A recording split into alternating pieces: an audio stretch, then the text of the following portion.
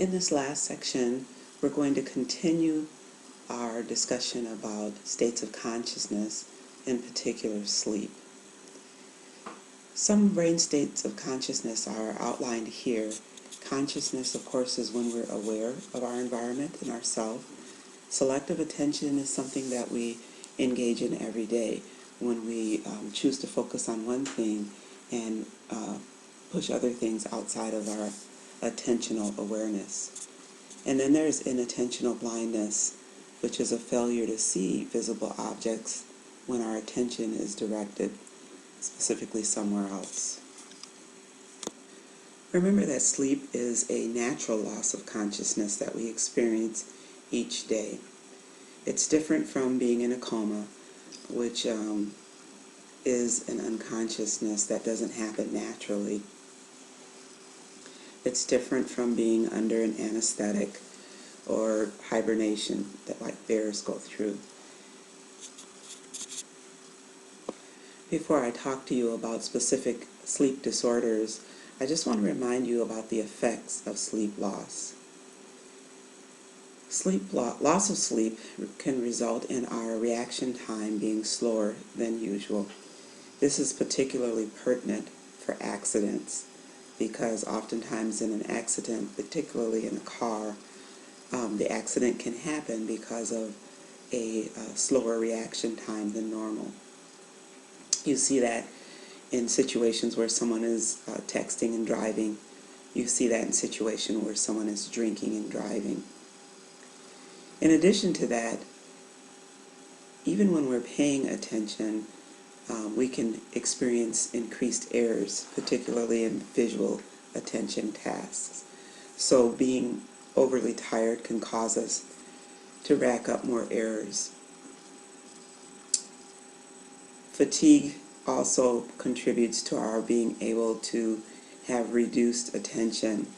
And when that happens, oftentimes we want to do things that allow us to zone out. So they talk about cyber loafing as an example, that maybe we'll just spend hours sitting in front of the computer, looking at things online, hanging out on Facebook or Instagram, just sort of wasting time instead of doing something productive.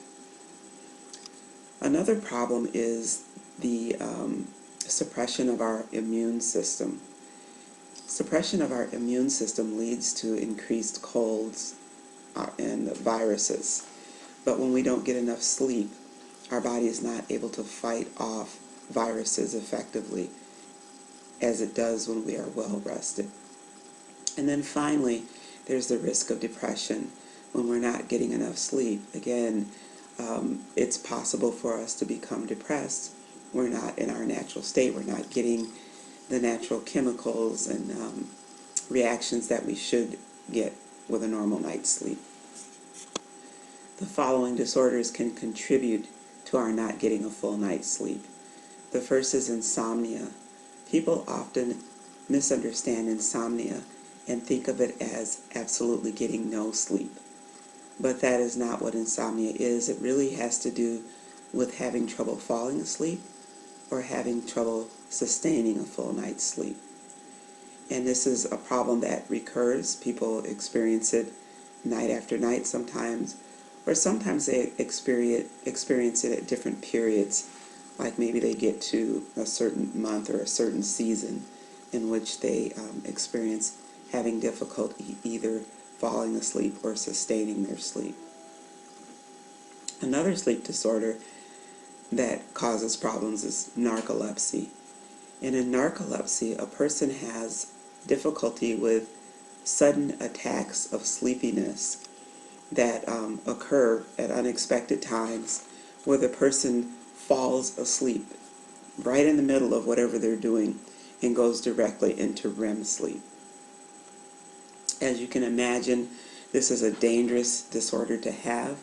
Left untreated, you can be engaged in an activity that really requires your attention, and once you fall asleep like that, it can cause an accident, maybe even a fatal accident. So typically it's treated by the use of medication to try to speed the person's system up and help them to stay awake. A third type of sleep disorder is sleep apnea.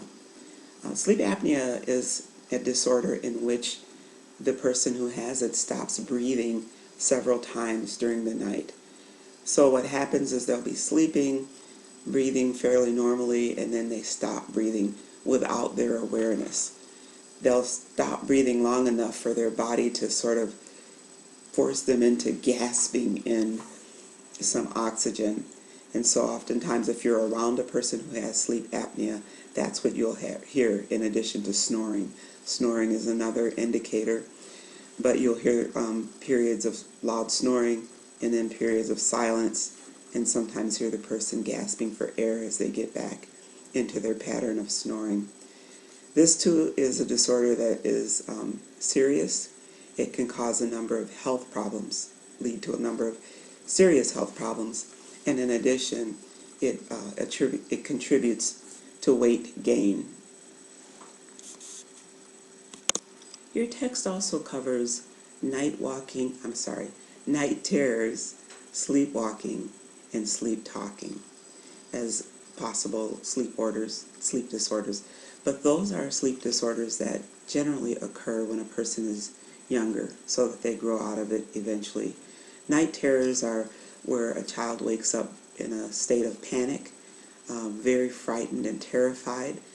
What's interesting about them is that the child never remembers what it was about the next day, which distinguishes it from nightmares. A person is generally able to describe to you a nightmare and tell you what happened. So this is different from that. Also, there's sleepwalking. Many times people have family members who sleepwalk. It is considered to be a genetic issue, usually running in a family. It's not dangerous.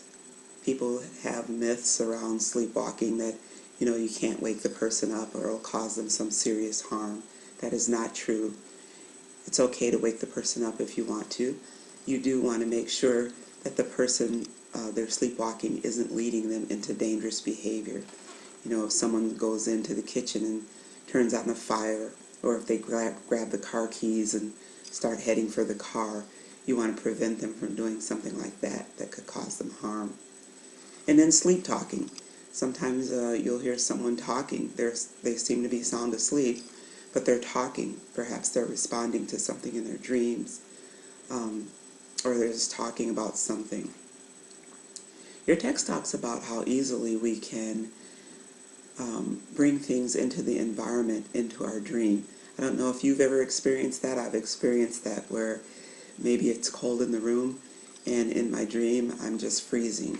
Or maybe I have to go to the bathroom and all of a sudden in my dream I really, really have to go to the bathroom. So it's very easy to draw elements from our environment into our dream state. To fight against sleep deprivation, there are a number of things we can do. Exercising regularly is important, but you want to make sure that you don't do that too late in the evening, because exercising late in the evening can cause you to have sleep problems. You want to avoid caffeine after early afternoon. If you're a coffee drinker, make sure you're not drinking it continuously into the late afternoon and early evening, because that too will contribute to your having difficulty sleeping.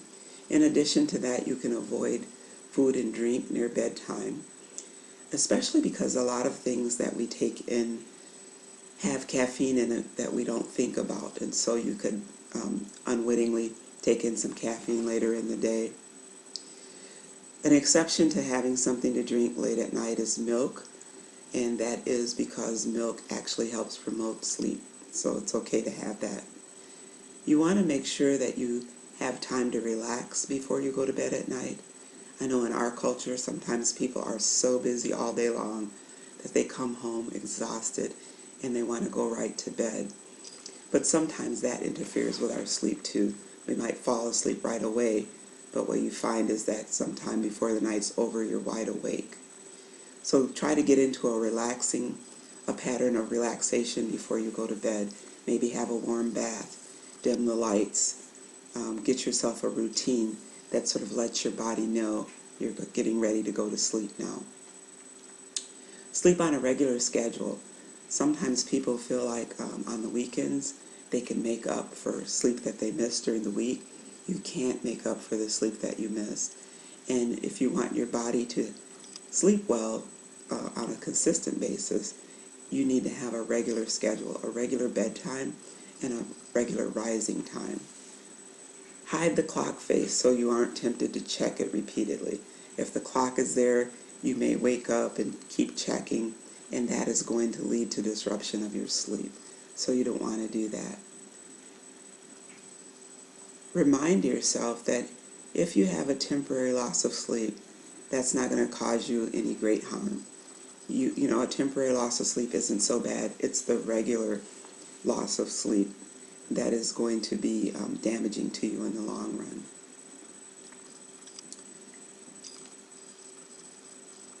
So just also remember the role of stress and how that impacts our ability to get sleep. Stress helps us in positive ways as far as being vigilant about things that might be harmful to us or threatening to us. And so we're going to face a natural amount of stress. And know that when you're particularly stressed out during the day, that has the potential to disrupt your sleep at night.